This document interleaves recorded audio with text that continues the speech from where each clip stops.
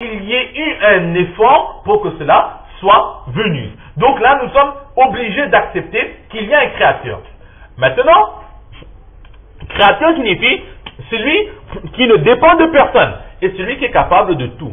Maintenant, si nous associons Allah subhanahu wa ta'ala avec autre chose, cela voudra dire que Allah, il ne peut être le créateur. Parce que le créateur, c'est celui qui commande tout. Et à partir du moment qu'on associe un Dieu à un autre Dieu, cela veut dire que, ou bien, le premier Dieu, il n'est pas capable de faire tout seul. Il a fallu l'aide d'un deuxième Dieu. Donc le premier Dieu que nous adorons, il n'a plus cette vocation d'être Dieu car il n'a pas en lui cette capacité de tout gérer. Donc maintenant il reste le second Dieu. Mais le second Dieu, il se retrouve comme un Dieu unique car nous avons mis de côté le deuxième Dieu.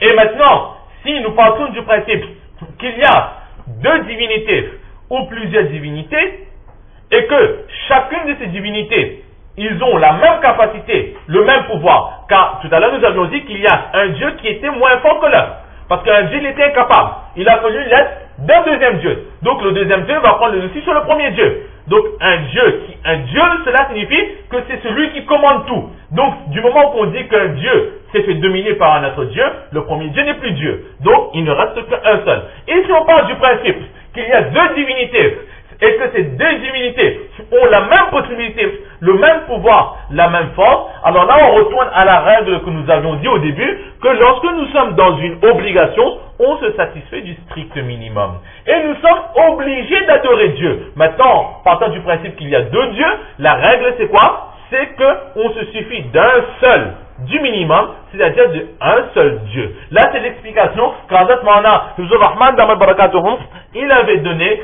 C'était une explication qui ressortait d'un livre de certains philosophes musulmans pour essayer de montrer, prouver par la logique qu'un seul Dieu nous suffit et qu'il nous suffit d'adorer un seul Dieu. Là, c'est l'explication de ce professeur. Ensuite, nous continuons cette explication de Ubay ibn Ka'b radiyallahu ta'ala qui dit que donc, toute la création va aussi attester de l'unicité d'Allah subhanahu wa ta'ala. Ensuite, qu'est-ce qui va se passer? Ensuite, Allah, il va élever Hazrat Adam alayhi salatu wa salam. Comment? Sur une monture, sur un divan, il va l'élever dans les cieux. Comment? Toujours est-il qu'il sera élevé, c'est-à-dire pas par la position, mais réellement, concrètement, corporellement, il va surplomber toutes les autres créatures. Et là, yanzuru ilayhim. Et là, Hazrat Adam alayhi salatu wa salam, il va regarder tous ses enfants. Et parmi ses enfants, il va voir Fara'al ghaniya wal faqir wa husna surati wa duna dhalika. Il va voir le riche, il va voir le pauvre, il va voir celui qui est très beau, il va voir celui qui est moins beau. Il va voir tous ses enfants et chacun est différent. Aucun de ses enfants ne se ressemble entièrement les uns les autres. Et c'est là que Hazrat Adam alayhi salatu wa salam, il va se poser la question. Il va dire, Faqala Rabbi, oh mon Seigneur, pourquoi est-ce que tu n'as pas créé toutes ces créatures, tous ces enfants-là, pourquoi est-ce que tu ne les as pas fait similaires? Pourquoi ils ne sont pas identiques? Pourquoi est-ce que tu les as différenciés par rapport à la couleur, par rapport à l'intelligence, par rapport à la richesse, par rapport au progrès, par rapport aux époques, etc. Et c'est là qu'Allah il va répondre. Là, il questionne, il ne met pas en question le choix d'Allah, mais il questionne pour comprendre la sagesse de ce que Allah subhanahu wa ta'ala il a fait. Et là Allah il va dire Inni ahbartu an ushkar. Moi j'aime bien qu'on me remercie. J'aime bien qu'on me remercie. Qu'est-ce qu'Allah subhanahu wa ta'ala il veut dire par là? Il veut dire que il a volontairement créé certains qui sont riches et certains qui sont pauvres. En d'autres termes, Allah il a mis en chacun d'entre nous des contraires. Il y a toujours des contraires. Certaines qualités que certains ont et d'autres en sont dépourvus. Pourquoi? Parce que de façon à ce que le riche remercie Allah pour sa richesse. Et le pauvre, il remercie Allah pour le temps libre qu'il a pour adorer Allah. Ou encore, le beau remercie Allah pour la beauté qu'il a eue et celui qui est moins beau remercie Allah pour les qualités qu'il a reçues. Ça c'est une explication. Mais une meilleure explication c'est quoi? C'est que le riche, il va remercier Allah pour tous les bienfaits qu'il a eus. Et le pauvre, il va remercier Allah d'être préservé, de rendre compte sur les biens terrestres. Le riche, il remercie Allah parce qu'il vit, il a une vie facile. Mais il faut savoir que plus que nous avons des richesses, plus que nous devrons rendre compte à Allah aujourd'hui pour l'utilisation de ce qu'Allah nous a accordé.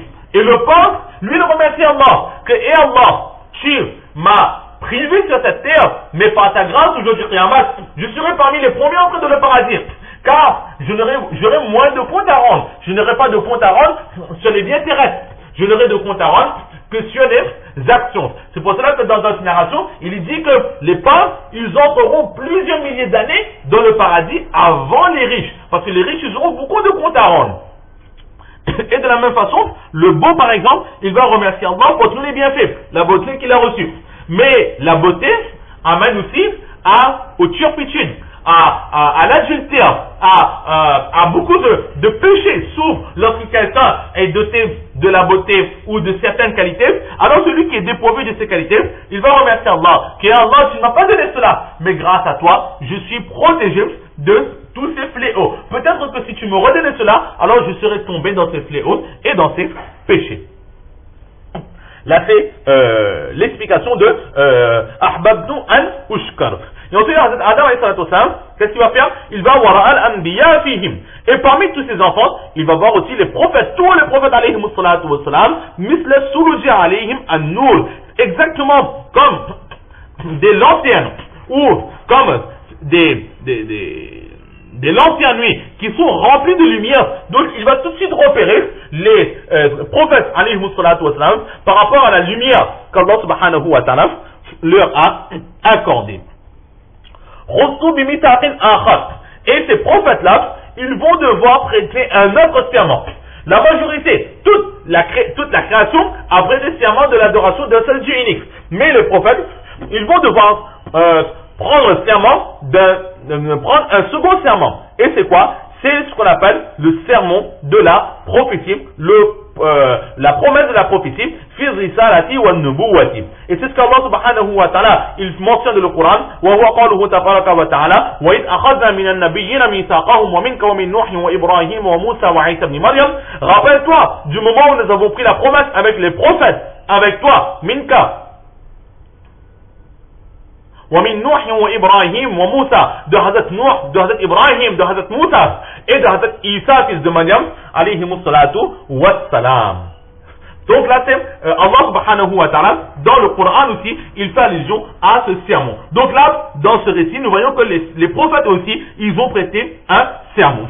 Et dans le verset que nous avons mentionné il y a 5 grands prophètes qui ont été mentionnés, mais cela ne veut pas dire que les autres prophètes n'ont pas prêté ce sermon. Tous les prophètes, ils ont prêté ce sermon. Et de ce verset, le prophète sallallahu alayhi wa sallam, il a été mentionné en premier. Il est peut-être le dernier des prophètes, mais par respect pour lui, car il est la meilleure des créatures, son nom, Minka. Allah par le prophète, il dit Minka, nous avons pris la promesse avec toi. Donc le prophète sallallahu alayhi wa sallam, il est mentionné en premier, c'est par rapport à sa position.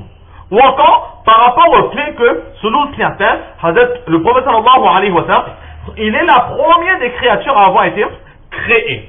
Comme dans ici, il dit, Kuntu nabiyyan, j'étais déjà prophète, wa Adamu bayna ar-ruhi wal jasad, alors que Adam alayhi salatu wa sallam, il était toujours dans son moule. Et Mullah Ali Qari, rahmatullah alayhi, qui a écrit un livre dans lequel il essaie de montrer, de prouver que la première des créatures, c'est bien le saint prophète, sallallahu alayhi wa sallam. Et à la fin de ce verset, au sujet du pacte des prophètes, Allah dit, وَأَخَذْنَا مِنْهُمْ مِيثَاقًا غَلِيظًا. Nous avons pris avec vous un pacte très très sérieux, très très dur. Cela veut dire quoi? Que nous avons pris avec vous le pacte qui a été fait avec les prophètes, c'est quoi? C'est un pacte de sincérité et de dévotion. Que je vous fais prophète, mais vous promettez de rester sincère et de faire cette mission de la prophétie avec sincérité, avec dévotion. Que sur terre, vous allez respecter votre titre de prophète. Ou encore, une deuxième explication, c'est quoi? C'est que vous allez, vous promettez que vous serez prophète, mais que si dans votre même époque, il devait y avoir un second prophète qui devrait arriver, alors vous allez accepter la prophétie de votre frère et vous allez vous aussi emmener foi en la prophétie, vous allez vous entraider et il n'y aura pas entre vous de querelles et de disputes pour avoir le plus de disciples. Mais vous devrez travailler ensemble pour amener vers une seule religion, la religion d'Allah subhanahu wa ta'ala. Et c'est là que, par rapport à cela qu'Allah a dit, que j'ai pris de vous un pacte très très dur. Et c'est ce que nous voyons. Beaucoup d'époques où il y avait plusieurs prophètes en même temps. Hazrat Ibrahim et Hazrat Lut, ils étaient de la même époque. Hazrat Moussa, Hazrat Haroun, deux frères, de la même époque. Hazrat Zakaria le père, Hazrat Yahya le fils, Hazrat Isa le cousin. Tout ça dans une même époque. Et jamais nous ne verrons qu'ils se sont corrélés. Qu'un tel a dit que l'enseignement d'un tel est faux. Et que mon enseignement est bon et l'enseignement de tel prophète est faux. Non, mais au contraire, ils étaient ensemble. Des religions différentes, mais un Dieu unique.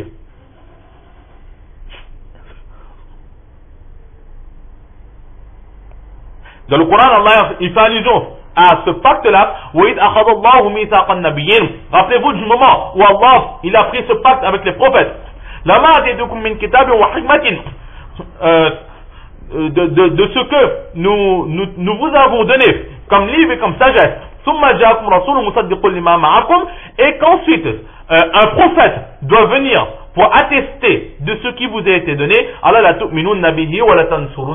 vous allez emmener la foi sur ce premier prophète aussi et que vous allez vous en aider. Et Allah dira, est-ce que vous acceptez cette promesse et que vous promettez de la respecter? Les prophètes, ils vont tous dire que nous acceptons, et c'est ce que les prophètes, ils vont faire, ils vont s'entre-aider. Donc là, c'est la promesse des prophètes qui a été faite. Maintenant, quel pacte a été fait en premier? En apparence, selon ce récit, tout d'abord, le pacte de l'unicité d'Allah a été fait en premier. Parce qu'il est mentionné en premier dans le hadith, et ensuite, il y a eu le pacte des prophètes. Mais, par respect pour les prophètes, il serait bien de penser que tout d'abord, Allah, il a fait le pacte avec les prophètes, les plus importants en premier, et ensuite, Allah s'est adressé au reste, à la masse, comme on dit, pour faire le pacte de son unicité.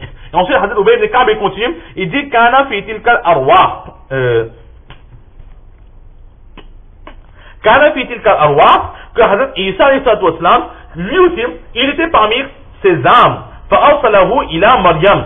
Et Allah subhanahu wa ta'ala va l'envoyer vers Hazrat Maryam alayhi salatu wassalam.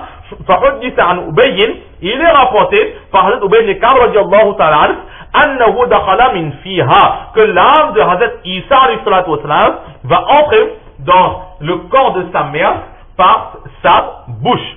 C'est-à-dire que l'âme, lorsque Allah, il va poser l'âme de Hazrat Isa alayhi salatu wassalam dans le corps de Hazrat Maryam alayhi salatu wassalam, cela n'entrera pas par ses parties privées, mais par sa bouche. Là, c'est une narration qui est donnée au sujet de cela. Donc voilà aussi ce que l'on peut dire sur ce récit qui nous est rapporté par Hazrat Ubay ibn Ka'b radiyallahu ta'ala an. Nous allons nous arrêter ici pour aujourd'hui. Allah subhanahu wa ta'ala nous donne le tawfiq de comprendre ces quelques paroles, surtout de mettre en pratique et de propager. Wa ma tawfiqi illa billah.